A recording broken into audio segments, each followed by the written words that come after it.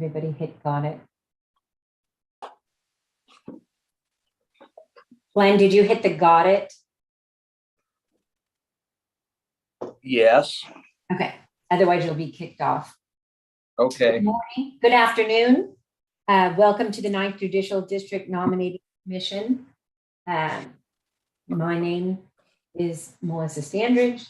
We all know each other. This is being broadcast live on YouTube. The first thing we're going to do is Shelby, my judicial executive assistant, is going to call into the conference line to see if anyone wants to listen in. I'll go ahead and call right now.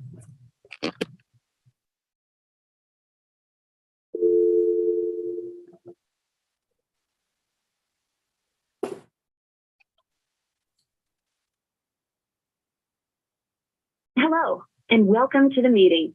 Please enter your passcode followed by the pound or hash key, and I'll connect you.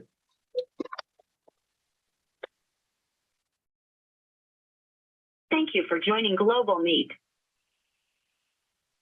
When you hear the tone, you will be the first person to join the meeting. The line will be silent until another person joins. Hello, is anyone there? No one is on the conference call line. Thank you, Shelby. So our first order of business today is to discuss the applications received. You should have received those from Shelby. We received 4 applications in alphabetical order. Michael Yamas, Gary Price, Diane Sorensen, and Matthew Treaster. So we have 4 people that have applied for the district court position.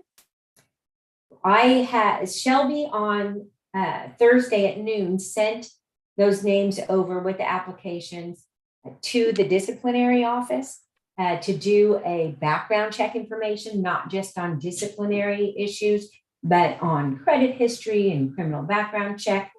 All of those came back clean. So I received those this morning. And so we do not need to go into any executive session. Everything came back fine, and there are no issues with that. So the first order of business is decide whether we would like to interview all 4 candidates. Any discussion on that? This is Tom Adrian. I would favor that. I agree with Tom. I agree too. Anybody not in? Okay, so we'll interview all 4 candidates.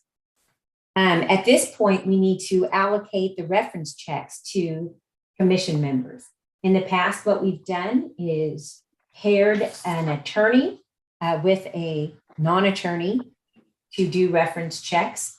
This works out nicely because we have 4 applicants and we have 8 members, 4 lawyer members and 4 non-lawyer members.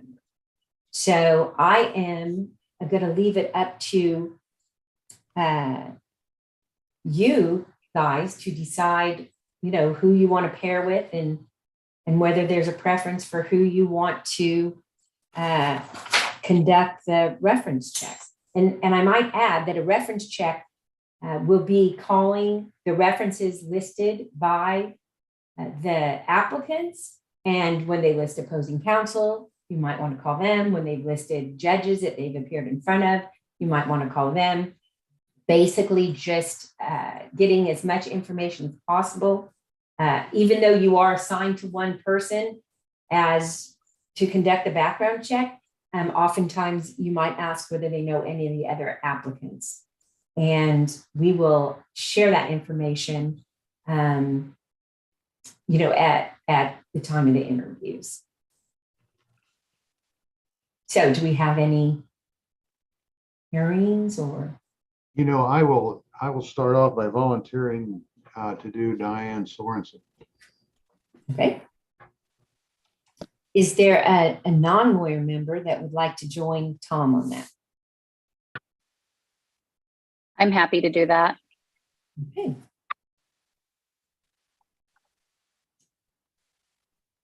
Are there any other? Who said that? Was that you, Jana? Yeah, it was Jean. It was. Okay. This is Ann. I can do Mike Lamas I did that the last time. I'm happy to do it again, or I can do someone else. It doesn't matter.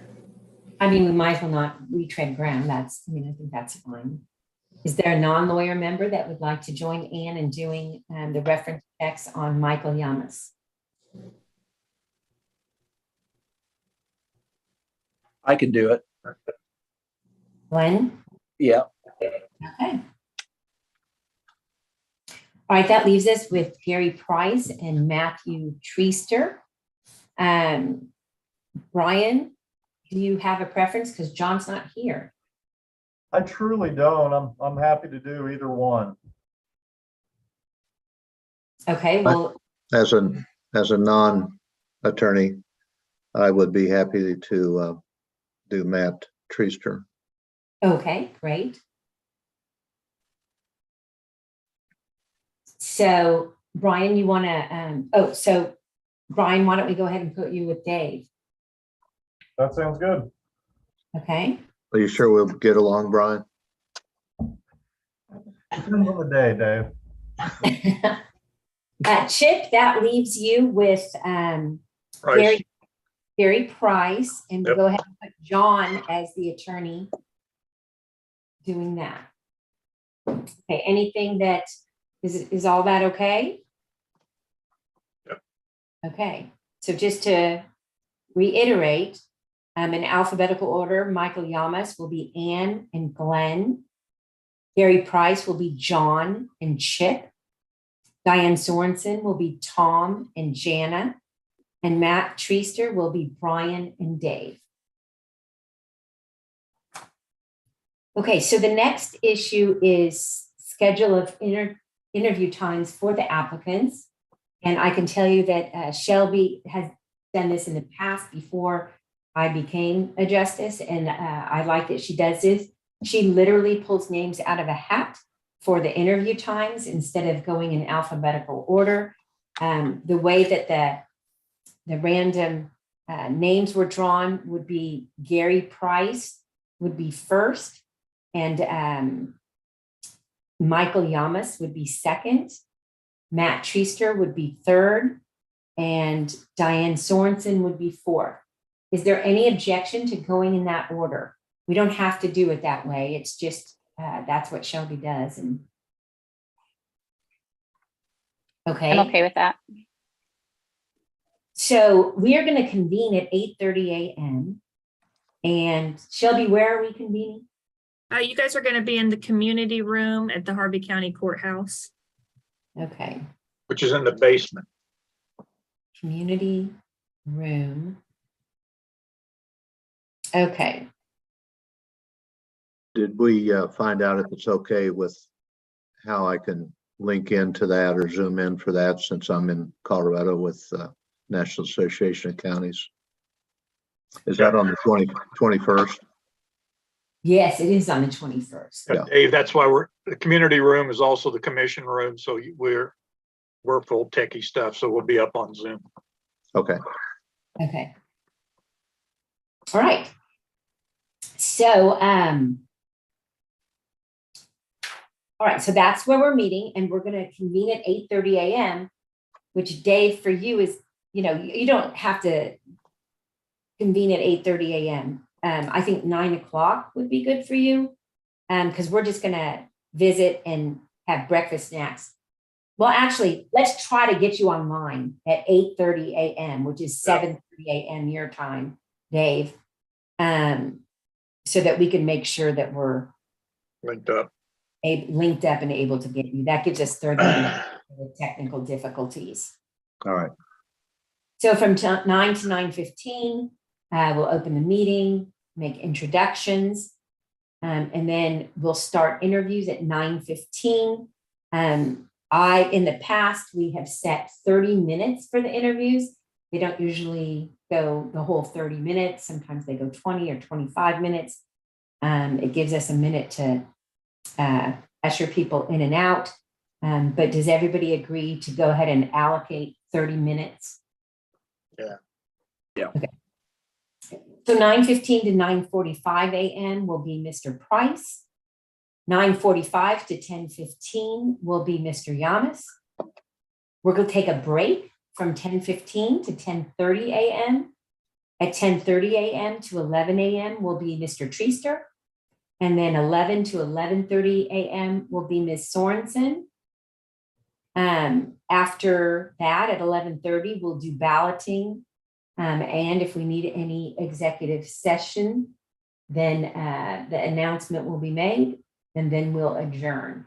That is my tentative agenda or schedule. Any questions or any issues with that? Are the ballots a secret ballot or are they open ballot? Well, we can go one of two ways. It is subject to the Open Records Act. So eventually they will be public. All someone has to do is do a quorum request, Kansas Open Records Act. So this particular commission in the past two times, one for magistrate and one for district court judge, they've both been by Zoom and people have just raised their hands. So it was very public. Good. So we can either, but now we're going to be in person, we could do balloting. And as you know, as I read them, I could say what each vote is, or we could just go ahead and do it. And if someone wants to know, they could do a quorum request. That's totally up to you guys. It will eventually be, you know, it's open records. So I just wanted to know how I was going to issue a ballot, but by raising hand, that's fine with me. so yeah, so maybe by raising hand would be the best since you're going to be by Zoom. Yeah. Does anyone have any objection to that? Okay.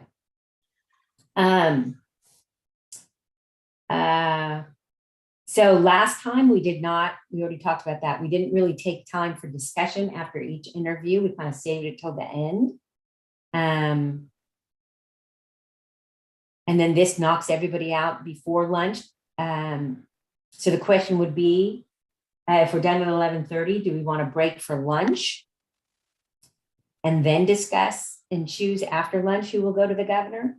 Or do you not want lunch at all and we just get it done?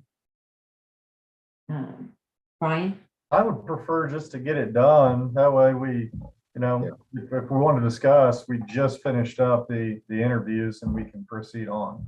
Okay. I agree. I agree. Yeah. I All right. agree. All right.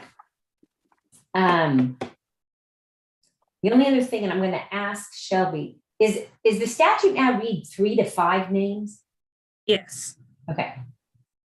So when the voting is done, I'm a non-voting member, but the voting members can send 3 to 5 names up to the governor. And then the governor has 60 days from there to make a decision. Justice Stevens, I have a question about the questioning. I know how we did it for the magistrate judge position last time, where it was kind of random. We each asked a question of the nominee or the candidate out of, I think there's a list of questions in the handbook. Is that how we're going to do it this time? You know, I think, I don't know that, did we go in random order or did we just, did we have an order? I didn't remember. Yeah, the people that did the backgrounds on the committee asked the first set of questions, and then the non-members did the rest. Okay. Wait, will you say that again, Chip? I'm sorry. Yeah, the two committee members that did the reference checks asked the first set of questions for their candidate, and then it was kind of a free-for-all after that with going in order. Okay. All right. So a couple things. Number one, we'll ask either the lawyer or the non-lawyer member to escort the person from the waiting room into our conference room. So this is the first time we're doing this in person, and that's usually what happens. Second, I think it's great that what Chip is saying, that the background or the reference checks, we'll ask the first set of questions, and then it can just be from there. You don't have to ask a question. We would, but we encourage you to ask questions. Because of course, this is, you're representing the people of Harvey and McPherson County. And so we definitely want to be able to ferret out as much information as possible. You are not limited, even though there are questions in the nominating commission manual, you're not limited to those questions. What you need to think about are what are the important qualifications, skill sets, et cetera, that are important to you and that you think will be important to the citizens of the two counties. So, those are just some ideas in the manual, but you're not limited to that. Don't ask any questions that would be illegal, which, don't ask date of birth, don't ask, what else would be illegal? If they're pregnant, those kinds of things. Don't ask what their national origin is or anything like that. But beyond that, Chip, did you have a question before you So start? I'm just sitting there. I've done so many backgrounds from my previous that you're right on. Just keep going. Yeah. Okay. What other questions can I answer for you? I think an issue came up maybe several times ago about the discoverability or disclosure of the notes we make when we're talking to persons maybe listed as references or not listed as references, but persons that we talk to anyway, about whether those notes can be are to be handed in, whether they become part of the open record, or whether we can just destroy them. You can destroy them. You're saying we can? That's Yes. just, yes, okay. So, yeah. Those are, those notes are for you to remember what's said, so it's kind of like work product. But of course, when you relay those things, what some of the things that when you guys have your discussion after the interviews, those are the things they're going to relay, all the references, and they were all great. And, so that it is going to be subject to open records, what the reference checks. I got a lot of good references. I got one bad reference. It's just that your notes, how you remember that. Logistically, when are the reference checks going to, do we deliver those to the committee before the interviews? Or is that just something that as pairs, we keep that for the interview? Right. So you're going to be doing the reference checks and then you'll be presenting it to the rest of the group at the interviews. At the interview. Okay. And it sounds like we're going to vote on each one of these candidates. And we could send all four of them forward to the governor then. Correct. Okay. So we're not voting heads up on just one of them. We'll vote whether each one of them qualifies for our reference to the governor. Well, usually how it happens is it just depends on what you guys want to do. Sometimes you say, let's vote on the top 3 because you have to send 3. And if one person doesn't get any votes, then maybe you wouldn't want to send that person.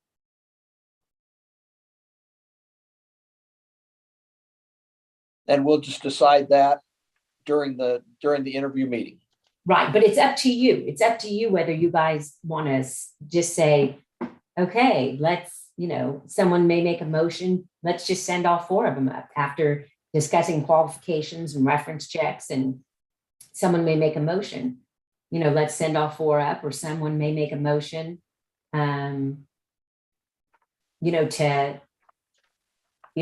is up to you guys.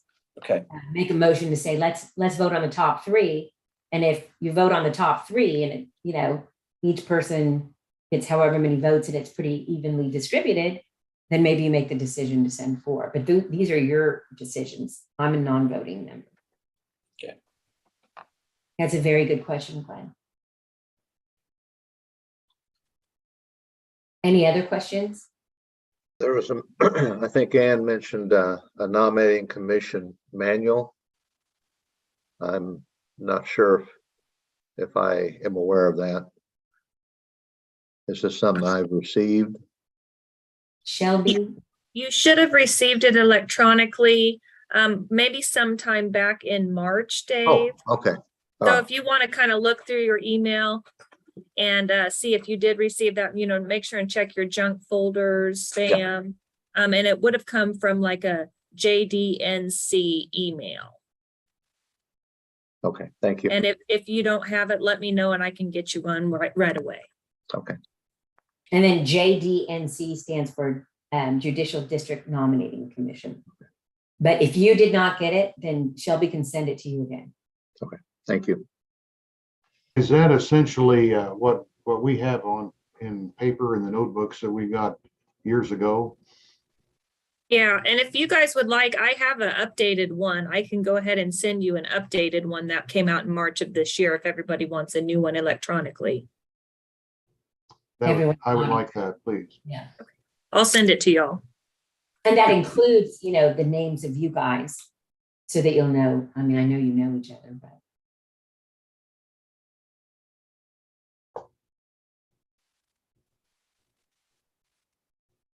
Okay. Any other questions? All right. I'll be coming in the night before. So I will see you on July 21st. Dave, I'll see you by Zoom. We'll get that all set up and that's all I have. Okay, I'm sorry, I have one more question. Yes. We do not have their information yet, right? That's coming yet. No, you should have the applications for everyone. Shelby FedEx them on Thursday for arrival. So they're coming hard copies then. Okay. I did also send them electronically, Glenn. I sent them via OneDrive on Thursday around, sometime Thursday afternoon, I think. Did that I come under JDNC or did it come under your name? It should have come under my name, so Hardifer S at kscourts.org. Okay. Glenn, did you not receive the paper copies on Friday?